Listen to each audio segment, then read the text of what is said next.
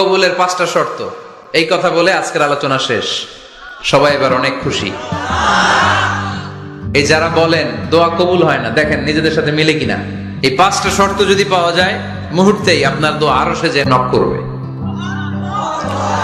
1 number শর্ত আকলুল হালাল, হালাল খাওয়া। কি খাওয়া? আমরা দুইটাই খাই, হালালও খাই হারামও খাই না। হারাম খেলে তো দোয়া কবুল হয় না। ওই দেহ কখনো জান্নাতে যায় না যে দেহ হারাম খেয়ে বর্ধিত হয়েছে। 2 নাম্বার শর্ত, দোয়াটা করতে হবে একজনের কাছে, তিনি কে? চাইতে হবে একজনের কাছে, তিনি কে? 3 নাম্বার, ইয়াকিন থাকতে হবে যে আমার দোয়াটা কবুল হচ্ছে। যখন দোয়া করবেন আপনার এই বিশ্বাস থাকতে হবে, আমার রব আমার ফরিয়াদ শুনছে, তিনি আমার কথা শুনতে পাচ্ছে, আমি চাওয়া মাত্রই তিনি সব দিয়ে দিতে পারে, এবং আমার রব আমাকে ফিরাবে না, তিনি দিবেনই। 4 নাম্বার শর্ত আসসালাতু আলা রাসূলিল্লাহ, আল্লাহর হাবিব সাল্লাল্লাহু আলাইহি ওয়াসাল্লামের উপর দুরূদ পড়া।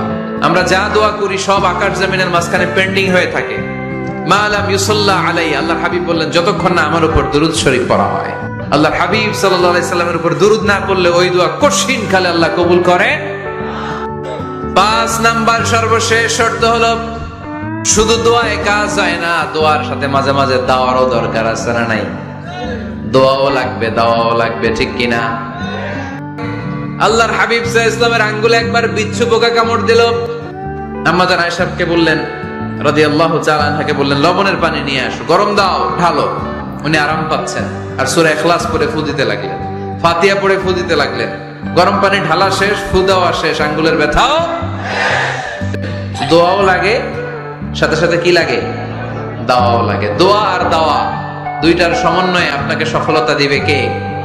আল্লাহরে বলবেন, আল্লাহ আমি ছাড়া তোমার অনেক বান্দা আছে, কিন্তু তুমি ছাড়া আমার আর কেউ নাই, ঠিক কিনা?